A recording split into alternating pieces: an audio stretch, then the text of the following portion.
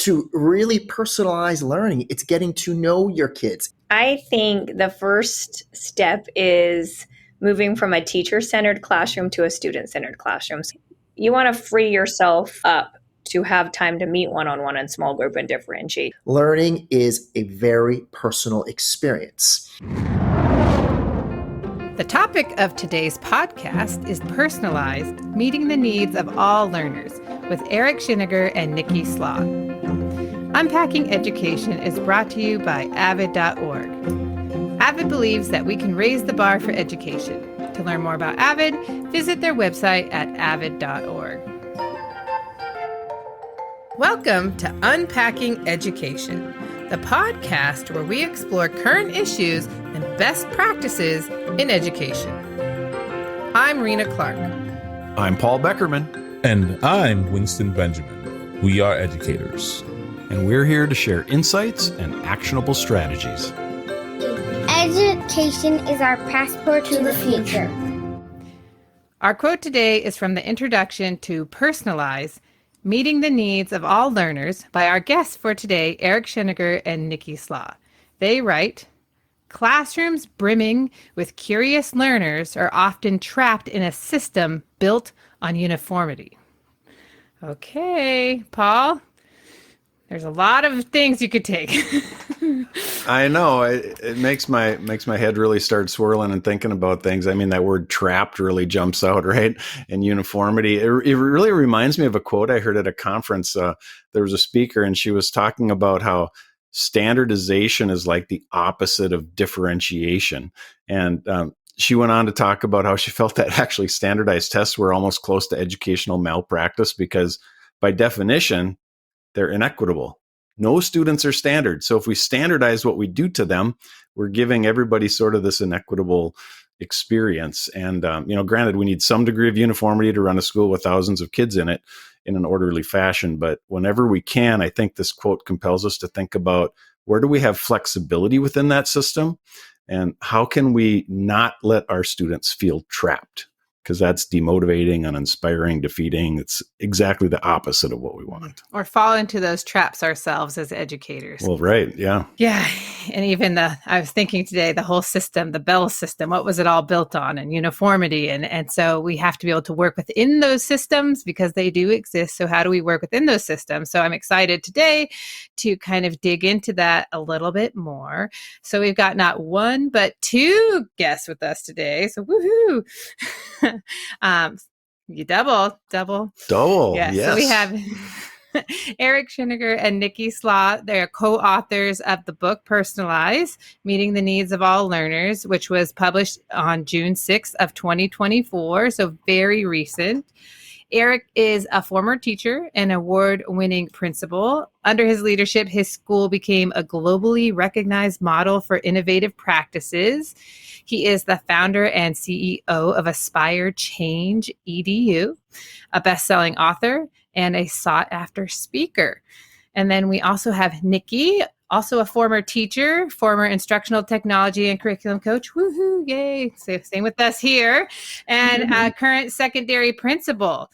So as principal, Nicki's forward-thinking leadership has transformed a conventionally structured school into one that advocates for personalized, competency-based learning, attracting nationwide attention. So we are so excited you're all here with us today, and we look forward to learning from you. We can't wait to share our nuggets of wisdom. We love nuggets of wisdom. And we did just give that brief bio, but I would love just if each of you could just take a moment to maybe give us a bit more information about yourselves, your journey into education, or whatever you'd like our listeners to know about you. Go ahead, Nicki. Okay. This is my 23rd year in education. I have loved every single year. I started off teaching kindergarten, first, second, and third grades. That is where I fell in love with differentiation and personalized learning years ago, because when I first started teaching first grade, I had students that were entering my first grade classroom. Some of them were able to read chapter books and comprehend, while others couldn't recognize a letter or a sound. And so I was given that one-size-fits-all program.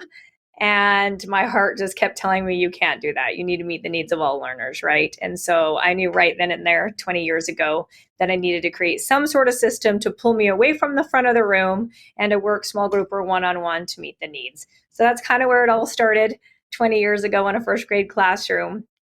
But so I've done that in my elementary years. Then I was fortunate enough to be an instructional coach to help people integrate technology in numerous ways, and obviously the most important to get live data and live data right then, so you can provide feedback and meet one-on-one and small group with what you get.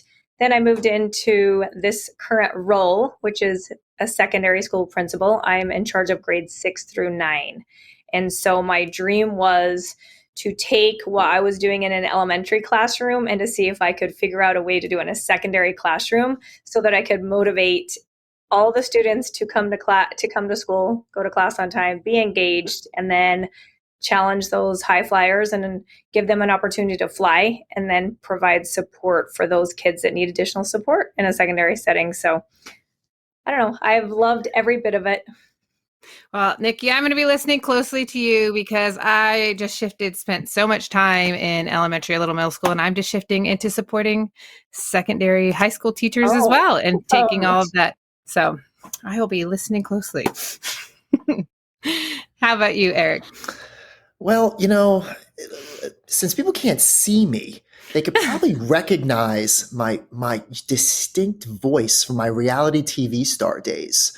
So I was the face of the principal's office on True TV many, many, many moons ago. And I tell you this because on national TV, people got to see how fixed my mindset was. And my journey really comes back to the center of, what we all do, and that's students. And when a student told me school was like a jail, it kind of gave me my light bulb moment. If kids don't want to be here, A, we're not meeting their needs, and B, we're not going to improve outcomes. And then I got on the dumbest thing anyone will ever say. I got on social media. I got on Twitter. It changed my professional trajectory. And I tell you this because I got called out on social media for my reality TV star days. People are like, how can you be advocating for personalization when you were the person that was the poster child for everything that's against it? And I think that's the unique aspect of my story is, we all have to find our path. And we're going to talk about why path is so pivotal to learning. And my path kind of got diverted in a good way. And that's when we began to learn how to unlearn and relearn. And at the high school setting, create a culture that was more in line for what our students needed. And the rest is history because my teachers did amazing things. We improved achievement. We became one of the top performing schools in New Jersey and the country.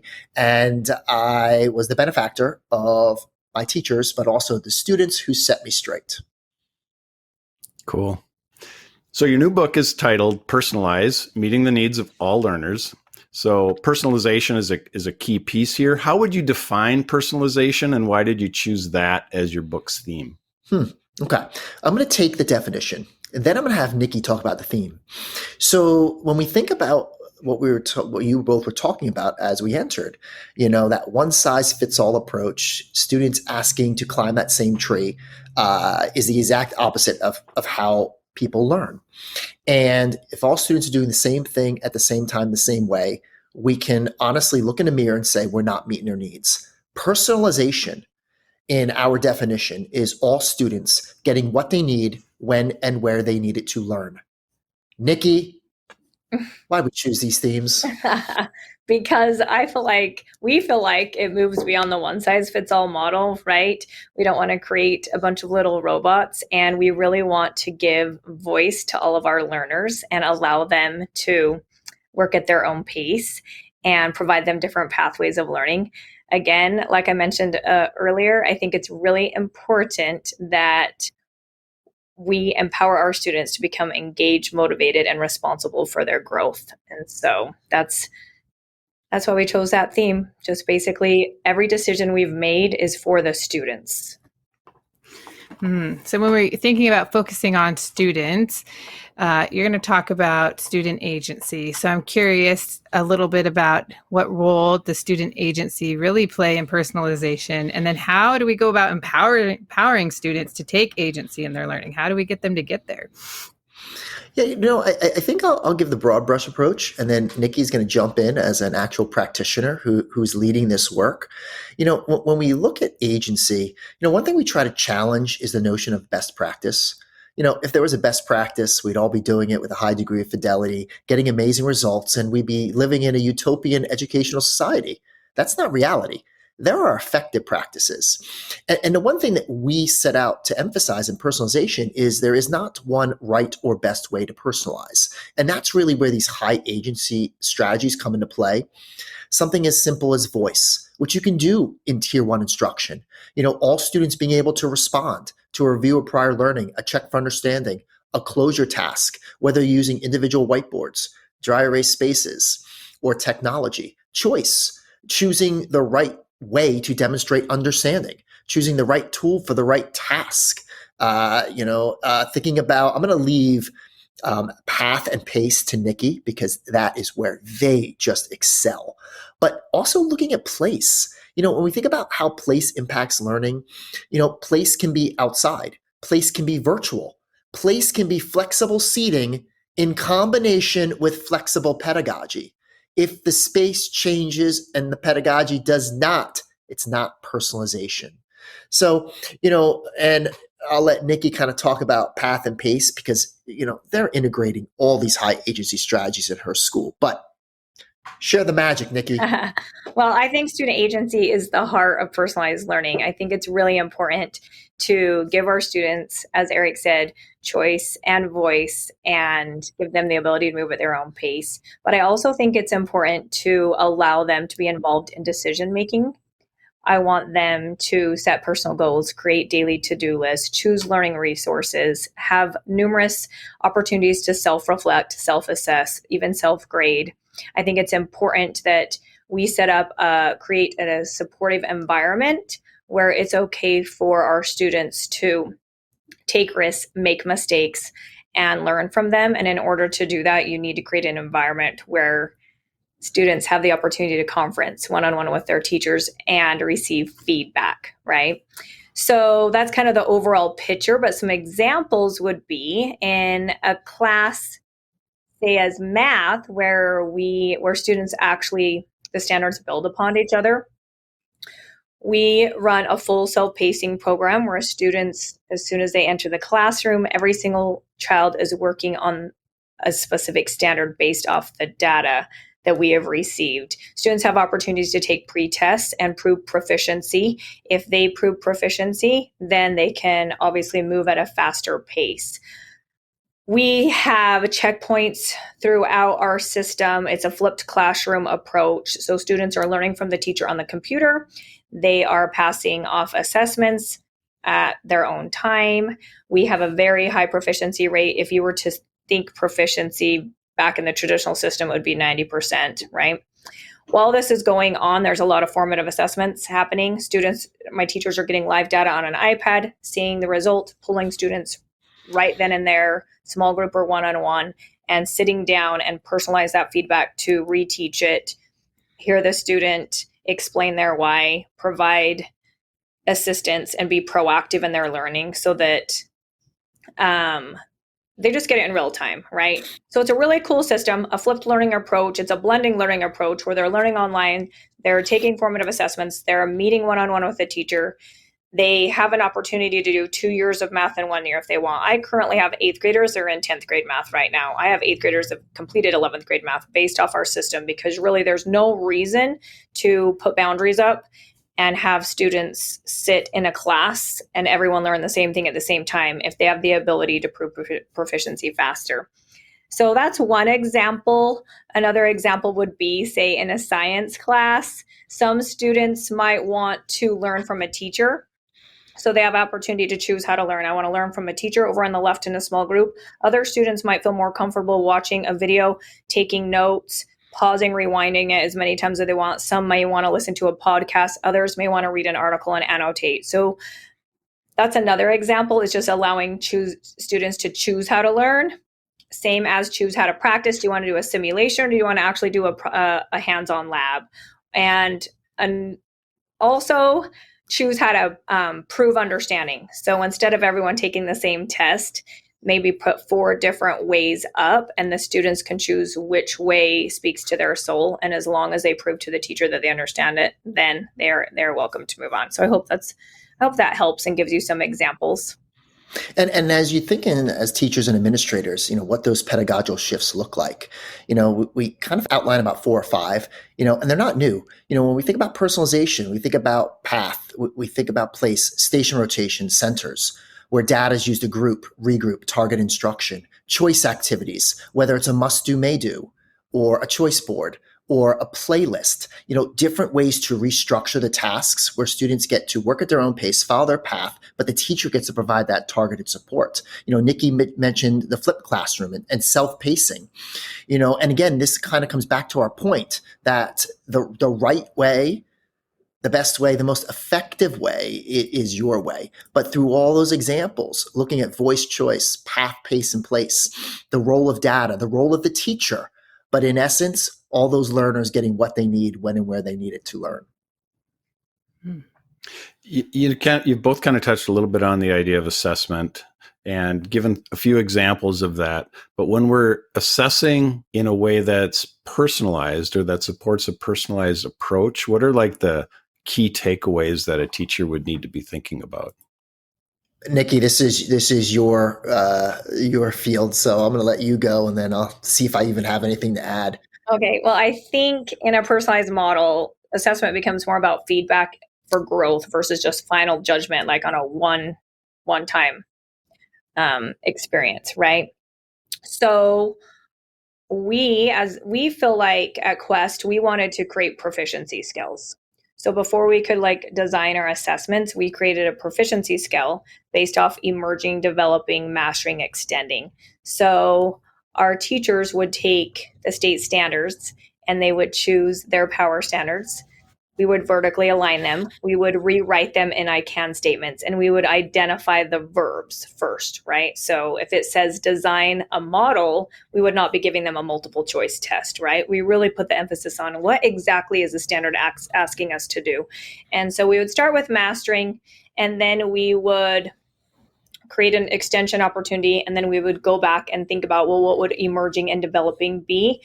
Using things, resources such as depth of knowledge, DOK levels, or Marzano's, or Bloom's taxonomy. We would sit down as a team to kind of develop that learning process. Once we created a proficiency scale, the roadmap for success for teachers and students, so they would have teacher clarity and understand where they're going, then my teachers would actually create the summit of assessment. So they'd look at that mastery standard and then come up with a variety of ways where students can actually prove understanding based on that standard. So, and then after that, we would create formative assessments, exit tickets, or closure activities to use along the way, so that every day we had to check for understanding. And so we could be proactive in catching it before the final assessment. So as a personalized learning school, we have made the decision to where we do expect mastery. If they don't receive mastery on the first attempt, then we have created a daily schedule where they have time in the middle of the day. It's a class period called Mastery Minutes, where they will look at their student tracker, which includes where they're at in their proficiency scale. They will identify areas that they're still emerging and developing, and they independently, with the help of a teacher to guide and mentor them and coach them where to go, will actually go to that teacher, receive a feedback, practice in additional ways. Receive a reteach, and then practice in a variety of ways. And then they are reassessed, if that makes sense. So I hope that kind of helps. So proficiency skills, and then we create summative assessments based off the proficiency skills. We have high expectations. We want mastery throughout the process. We have exit tickets. And then also after the exit tickets, we have one-on-one conferencing to where you receive feedback for growth rather than just an 18 out of 25 that doesn't really mean anything and you move on. The question about feedback makes me think about a quote from John Dewey. We don't learn from experience. We learn when we reflect on experience. And when we think about learning, you can't learn without feedback. Consider this, try this. What does the research say about feedback? Feedback has to be timely.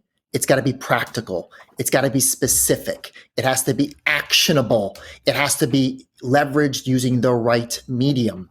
And when we think about the personal and personalized, a personal experience is laden in feedback that is helping students to reflect on, why am I learning this?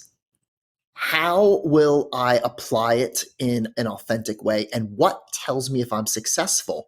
The students cannot process the why, the how, and the what if they're not provided feedback that is practical, timely, specific, actionable, using the strategies that Nicki stated. But also, when we think about, again, the right way is your way, everybody.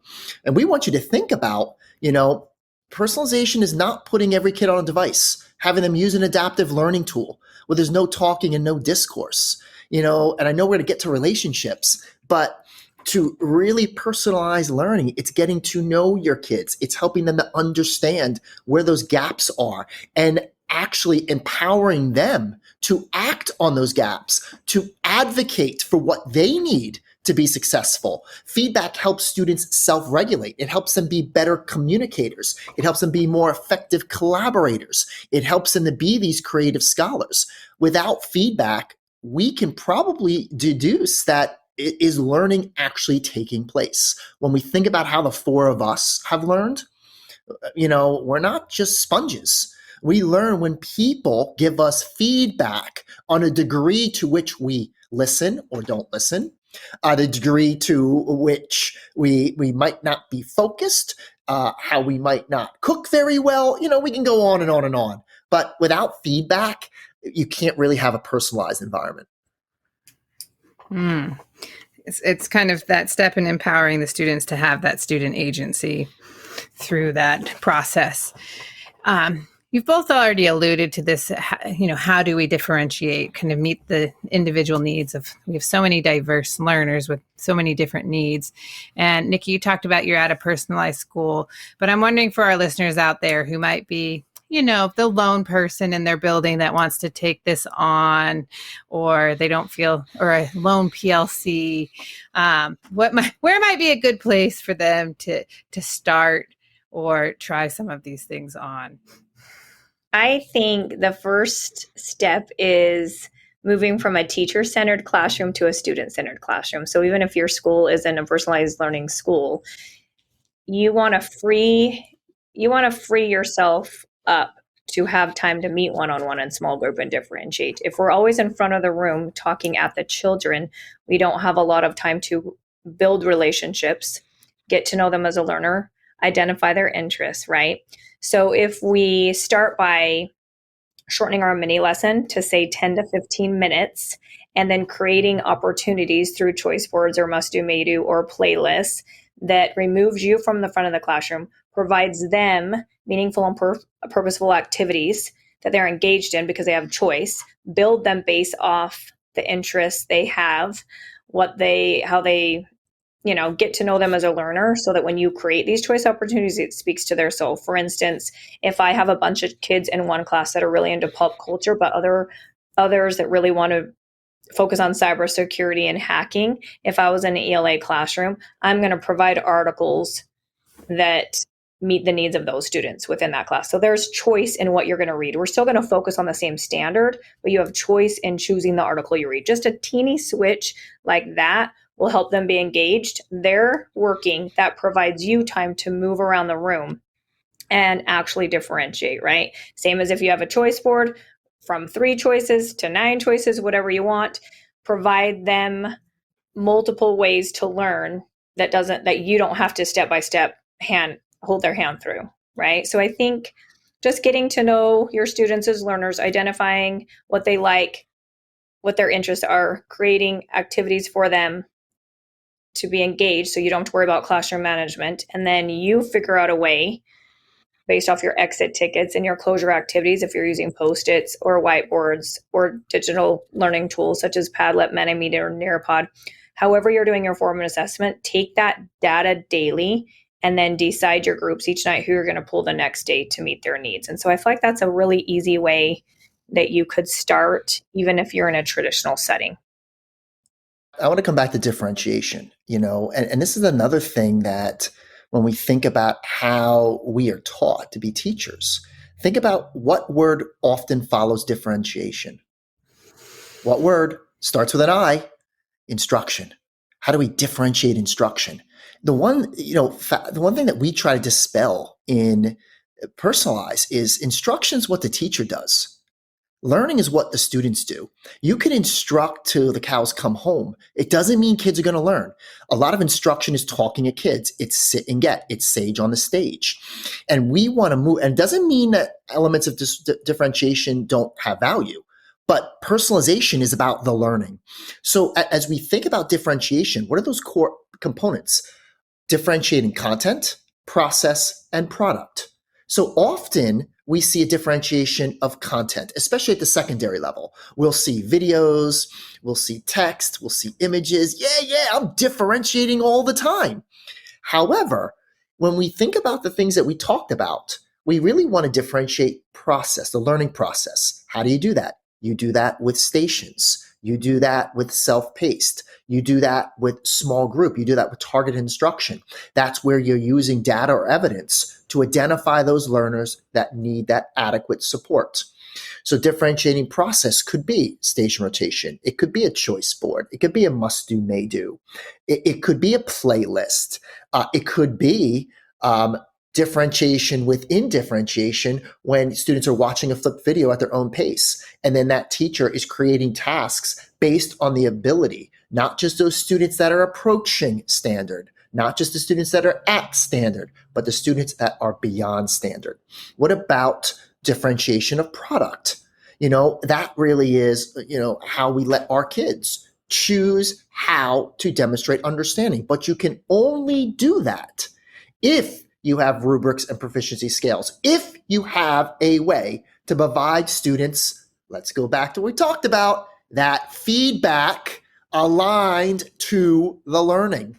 So, and we try to flesh out, we set up differentiation as important, but then we start fleshing out those pedagogical shifts that really epitomize that personalized experience for students. I remember when I was teaching elementary, and so I would take, say, the Dibbles reports or our comprehension reports, whatever we were focusing on. And I remember at one time I had students that were not reaching their fluency rate. I had other students that were having some holes and gaps in their phonetics, right? Then I would have other children that could read and comprehend. So within my centers, station rotation back then, I would have inquiry circles going on with one group of kids, where other kids we were working on fry phrases, and I was timing them, helping them increase their fluency. And then other students, we were going back to some lower level guided reading text, working on the phonetic sounds. So it's identifying where each student is at and then making sure that you have time to meet their needs. So that's like an example of elementary. So even though I was in a current, like the same grade and everybody was in there, we were doing completely different things during our centers with the kids. So as all this stuff's going on, you kind of alluded to it earlier, what role does relationships play in all this? And you spend a lot of time in your book talking about relationships. So what are some of those big nuggets and important pieces of relationships in this equation of personalization? Without trust, there's no relationship. Without relationships, no real learning occurs. We've all heard the saying, Maslow before Bloom's, whether you agree or not, if you don't have a foundation in relationships, trust, empathy, respect, self-efficacy, it's really hard to create a personalized environment. I think, that is, one of the issues that Nicki and I are trying to flesh out in the book. Learning is relational. Learning is personal. Think about everything we talked about. Put the strategies aside. Put the research aside. Learning is a very personal experience. When we think about how adults learn, sometimes we need to read things over and over again. We need to watch that video over and over again. We need to find the most effective way to demonstrate our understanding. Sometimes we want to be outside. I will work in my pool because I put seats in my pool on hot days. So place matters. And as we think about those relationships, it's how do we create a classroom culture that builds those relationships? How do we create a school or system culture that builds those relationships? And in the book, we flesh out, specific areas for regardless of the role. You got to be willing to take risks. You have to collaborate. You have to be open to feedback. You have to learn professionally. Professional learning is, again, of utmost importance. So, and one thing, again, going back to the theme of the book is, it materialized because the different experiences that Nicki and I have in different areas, kind of meshed where things were going on in her school, especially with culture. And I'm going to let her really, that's all the areas her and her staff have just really excelled. But, the one thing is kind of looking at all these elements, putting together and trying to create this, hey, here's what you can do with classroom culture. Here's what you can do with school culture. But those relationships, and I'm sure Nicki's going to flesh out some of the things that they do in their school. And then we'll see if I have anything else to add. Well, I'm going to kind of talk to the leaders that are listening first, because I think it starts in the top, at the very top. So I wanted to create an environment for my teachers to where it is okay to question things. It is okay to take risks. It's okay to fail and to try things. And that I was always there for them to problem solve, collaborate, go back to the drawing board. So first and foremost, I'm allowing my teachers to do exactly what we just talked about, that we want our students to do within our classroom. So I believe it needs to start up here, because if the leader is dictating and providing a one-size-fits-all approach, and teachers don't get to express themselves, and the teachers do not feel trust, and they are fearful of taking a risk or questioning something or following their heart, then it sets it up to where then they micromanage their students. So I think I model to my teachers what I want my teachers to model for my students. So I think that's the first thing. And if they try something and it doesn't work, I don't want them to be scared to come to me. I want them to come to me after school that day. I'm going to be available for them. We're going to lay it all out. We're going to have discussions on why we think it worked, why it didn't, listen to student opinions on that. And then we're just going to go back to the drawing board and try it again. Especially with personalized learning and where everyone comes in at different places and have different interests. Like, it just has to be an ongoing collaboration and problem solving experience. And in the classroom, when you think about teacher and even administrator, culture is about understanding that you're not going to have all the answers. There isn't one right or best way. And as you think about creating that culture of learning, do the students feel that they're cared for? Do they feel that they're listened to? And that's a lot of times, it's not that students can't do the work. Are we creating a culture where we have challenging expectations for every learner? It's not that kids can't learn. Personalization is about putting the wings on their back and letting them fly. Personalization is about letting them understand what their strengths truly are. We don't deal in deficit-minded thinking. Nicki and I try to shy away from weaknesses. But how do we help our students identify those opportunities to grow, the opportunities to get support? And I actually witnessed that today. I was working with a virtual campus here in California. And when I was popping in the virtual classes, I heard students advocating, saying, hey, I need some more information on this. I need this to be successful. And I'm like, wow, that's awesome. Those students advocating for what they need to learn. And if kids are advocating for what they need to be successful, you can start to deduce that the seeds of personalization are there. But with seeds, we got to constantly water them. We got to take care of those plants. We got to nurture. We got to prune. We got to get rid of the pests, because the pests, which sometimes are the naysayers and antagonists, they try to derail the momentum of the culture because it flies in the face of what they're comfortable with. Comfort is the enemy of progress. And the most effective cultures empower the adults and teachers alike to take those risks, to collaborate. Well, and I want to kind of talk on culture of learning. So obviously create a safe spot for teachers and students. Then you want to celebrate learning. And so not only in my weekly faculty meetings or professional learning opportunities with my teachers, do we sit down and we celebrate each other every single week. So I have a designated time that is non-negotiable. We all meet together and we share things that we feel confident in that we accomplish ourselves or that somebody else saw them do or something that a student did. But then in my classrooms, we are constantly celebrating learning. In some classes, they ring a dong when they reach mastery. In other classes, they ring a bell. In other classes, they take a selfie on a Polaroid and put it up on the wall, a glow-in-the-dark star in science. So, or there's some classes that as students are reaching proficiency and they're proving understanding, they can add a Lego and they're working together to build a tower, right? So the focus is always learning. The culture is always celebrating successes. It doesn't matter what pathway they're on or anything. Again, the focus is on learning. My teachers, we do something called teachers supporting teachers, to where we have a time period in the fall where they need to take time out of their preps. They don't need to, they get to, they love it. And they actually go in and observe each other and then send them an email sharing what they learned from them and any fabulous find. So my students see my teachers going in and out of the classroom supporting each other. So I really liked to create an environment where teachers, students, admin, we're all one team, supporting, challenging, and inspiring each other every single day.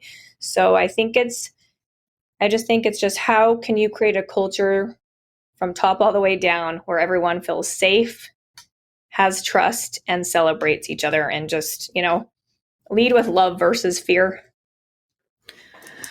Ooh, I love that. Lead with That's a love. t-shirt, Rena. There we go. Lead with love, not fear. I like it. Well, that is some great practical things that we could take on. So I'm going to actually move us into our toolkit. Check it out.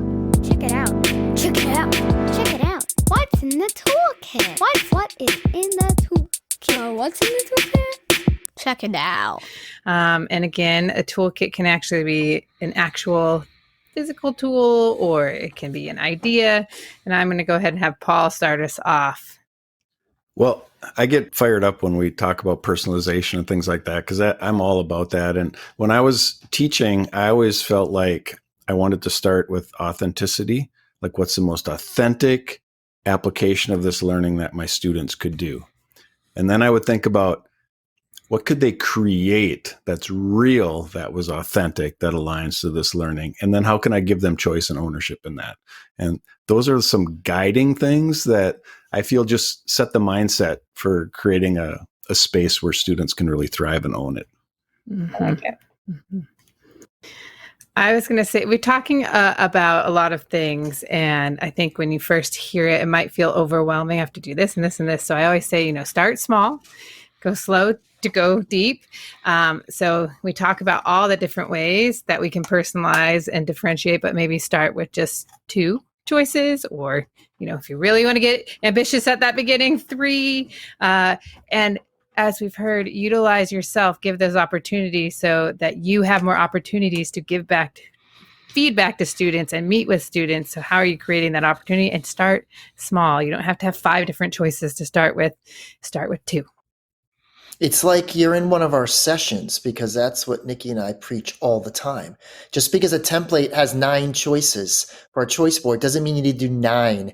Just fill in 2, just fill in 3. I'm so glad you said that, because that echoes with a lot of the advice that we provide. Well, you get a chance to drop something in the toolkit too. So okay, I'm ready. It can either be that or something else. You both get to drop here. I'm surprised we haven't even touched on this yet. The infamous 2 letters, A and I. So as I think about artificial intelligence, once you identify the gap in practice or the opportunity to grow, you can personalize your own learning by using artificial intelligence. If you're a leader, you can use a tool such as Consensus AI that can search peer-reviewed research to justify anything that you are trying to implement. Nikki and I use it when in coaching, for my consultancy, when we go and provide feedback. Making learning relevant is probably one of our most overused comments. You can take the standard by grade, put it in and say, make this standard relevant for students. So AI can help save time. It can also personalize. You can also put data reports into ChatGPT and get suggested interventions for students. So AI isn't made to save time, but from a personalized approach, AI is not going to teach you a lesson. It's not going to build relationships. It's not going to facilitate learning. So you got to do all that first and then have AI fill in those gaps as part of your toolbox. Nikki, you got something? I just always use this example, but one of my teachers loves Chick-fil-A and her students know that that's her favorite restaurant. So whenever she's creating story problems in her math class, it always has to do with Chick-fil-A because she uses AI. So I think it's really cool that you can get to know, what your children are interested in or create more relevant and real world application problems based off AI, right? So you can put the standard in and then add some key things that you want it to add. And when you do that, obviously it motivates the children to learn and actually be engaged versus compliance. And so my teachers really love AI just to be creative, the creative aspect, and increase engagement. Mm-hmm. Cool. That's like a non-judgmental thought partner, right? You can anytime if your teaching buddy's not right there to have a conversation with, well, there's AI. I think the most important thing to do is make sure that your students always understand what they're learning so they know what they're learning. Be very clear and transparent. Teacher clarity is huge.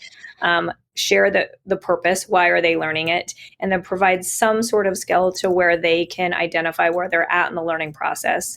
The goal is for them to be confident and in what they're learning so that when they go take that assessment, they can pass it with flying colors. No more like gone are the days of trying to trick the kids and have them not quite know what to study, right? Just providing them a roadmap for success and, teacher clarity. Again, a lot of opportunities for self-reflection, self-assessment, and then self-grading. Awesome. That seems like a good time for us to jump into our one thing. It's time for that one thing.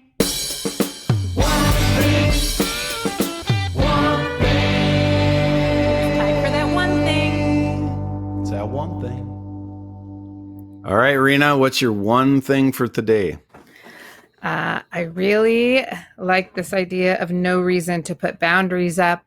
It even makes me think about when using like a single point rubric. And I've noticed, you have rubric with these ends and guess what? They kind of stop at the end. Oh, if you tell me this is what a 4 and A is, well, that's what I'm going to do. But if you just have that single point rubric, like this is, then students usually go beyond further, can do so much more. So why are we putting those boundaries on? Ooh, I like that. I like the single point rubric. That's fun. What's been resonating with me is this whole conversation about culture, starting school wide. So your teachers have this culture, your leadership is modeling that. And then your teachers feel that, they know what that's like, then they can bring that back to their students. And who knows where it trickles to, from your students too. But if you have that safe space to take risks, where you can have those open and honest conversations about, where you are in the learning process, and students feel free to take risks. And I didn't get there, but I'm going to try again. Culture is the foundation. I really like that. How about Nikki and Eric? What do you got? One final thought for our listeners today from each of you. Well, my biggest risk was I removed all points and percentages. And so we base everything off the learning process and our proficiency skills. And that has saved so many hours of time that I feel like is meaningless of my teachers. And listening to what would cause teacher burnout, it was all those endless hours of taking papers home and scoring them and then inputting them when they honestly couldn't tell me what the purpose of 18 out of 25 was. The parents also could not, and the students could not.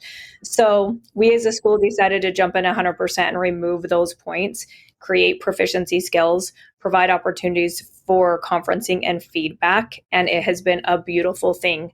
So we use exit tickets every day. That is the data that we use to help which is more meaningful than just scoring multiple assignments, if that makes sense. So if you create an exit ticket with 1 to 3 questions that are rigorous and relevant to the standard that they were practicing throughout that class period or that hour, if you're in elementary on that subject matter, that's more meaningful for you and will help you guide instruction for the next day and targeted instruction. So I just feel like we need to really think time management for teachers, what really is important. The focus is learning, and how can we identify if our students are learning. And I think proficiency skills are where it's at. So last but not least, I think a final thought kind of summarizes what we have sought out to do when thinking about personalization. And the final thought is this: personalization is not more work.